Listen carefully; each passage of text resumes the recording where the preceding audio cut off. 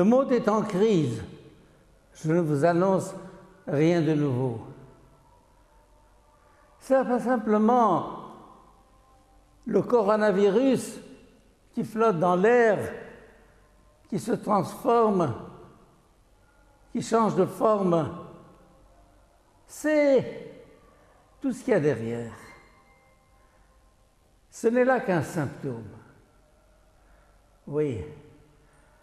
On ne sait plus qui croire, qui ne pas croire aujourd'hui. Nous sommes dans un mensonge généralisé. On pense que si tel chef d'État change, tout changera. Alors quand on a fait tomber Trump en Amérique, on a dit voilà, le sauveur, c'est son successeur. C'est la catastrophe de nouveau. Et le carrousel continuera. On passera de Trump à trompette, etc. En France, c'est la même chose.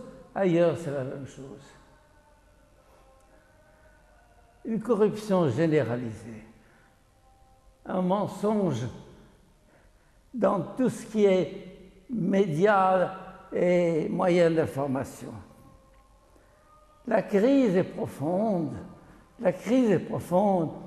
On dit elle est politique. Non, elle n'est pas politique, elle est économique. On dit qu'elle est économique. Non, elle est sociale. Non, la crise est plus profonde que ça. Elle ne se joue pas au niveau des régimes qui changent, qui tombent et qui se remplacent.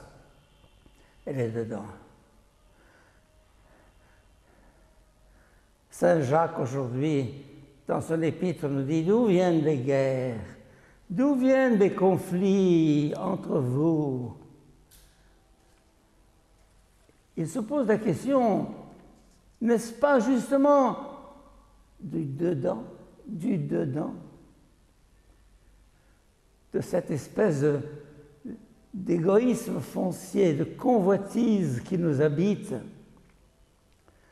jalousie, rivalité. Le combat est amené sur le plan moral. C'est pour ça que l'Allemagne, au lendemain de la Deuxième Guerre mondiale, a compris qu'il fallait un réarmement moral. Et ce courant est symptomatique d'une prise de conscience qui a été celle aussi d'Einstein lorsque au lendemain de la guerre, de la bombe d'Hiroshima, elle a dit « Une nouvelle manière de penser est nécessaire à l'humanité si elle veut survivre. Une nouvelle manière de penser est nécessaire à l'humanité si nous voulons survivre. » Désormais, l'avenir de la planète se pose en termes de tout et de rien. Jamais dans l'histoire nous avons eu de telles puissances de destruction et de construction.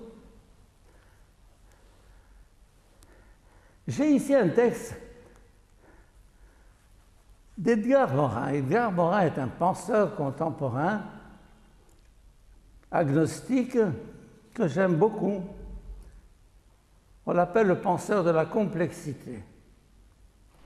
Moi, je l'appelle le penseur de la modernité. Peu importe. Et bien qu'agnostique et athée, cet homme dit « Il faut concevoir que la réforme sociale est indissociable d'une réforme de civilisation. Le social, le politique, l'économique, c'est très bien,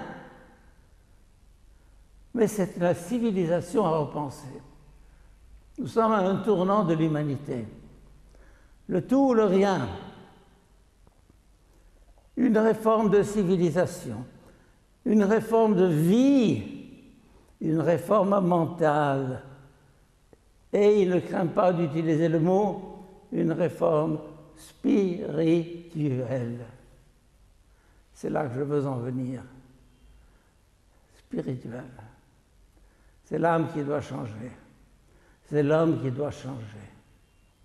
du dedans. Et le mot n'est pas très fort, celui de conversion, une conversion du cœur. Et si je suis prêtre au lieu d'être artiste ou n'importe quoi d'autre, c'est que j'ai cru très tôt, très vite, j'ai compris dès mon adolescence que ce dont l'humanité avait besoin, c'était d'une révolution intérieure.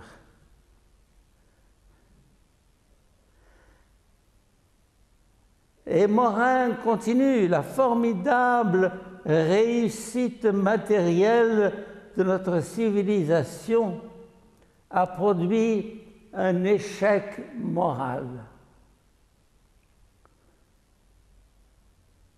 Réussite à tous les points, à tous les plans, et moralement. Quand on pense à Hollywood et la Californie, quand on pense à tout ce courant LGBT qui déferle sur le monde, à tout ce qu'il y a de plus pernicieux et destructeur, on se dit, mais c'est ça le progrès? C'est ça la civilisation? Ah là là!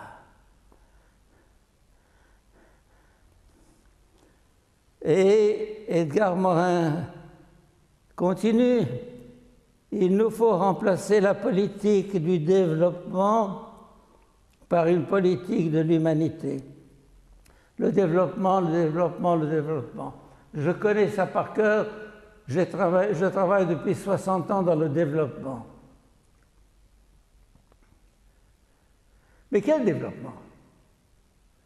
Quel développement? Un développement humain, un développement moral, un développement spirituel, un développement intérieur.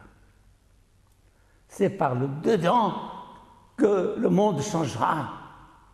Ce n'est pas par des réformes, quelles qu'elles soient. Et les pays les plus en pointe sur le plan matériel, l'Australie, le Canada, les pays scandinaves, etc., c'est souvent un échec moral.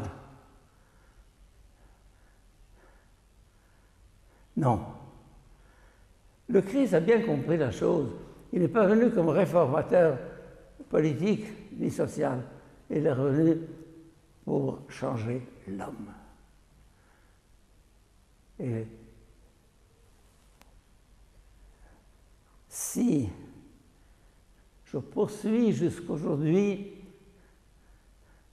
au lendemain de mes 90 ans, mon combat, c'est que je crois pertinemment, je pense, je suis sûr, que si nous nous y mettons, l'humanité peut changer.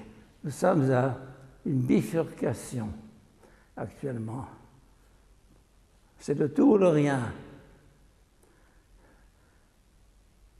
Et il est urgent pour nous de prendre position et de dire « je jette ma vie, j'investis ma vie, je sacrifie ma vie pour que l'humanité de demain soit tout autre ».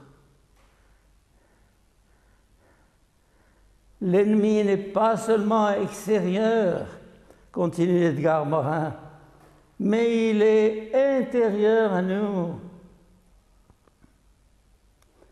C'est exactement les paroles de Saint Jacques aujourd'hui.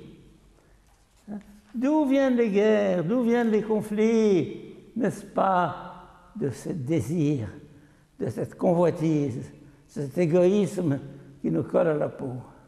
Eh bien, mes chers amis, aujourd'hui, je vous invite à comprendre que sans un sursaut en profondeur, nous allons à la dérive, nous allons à l'abîme. Amen.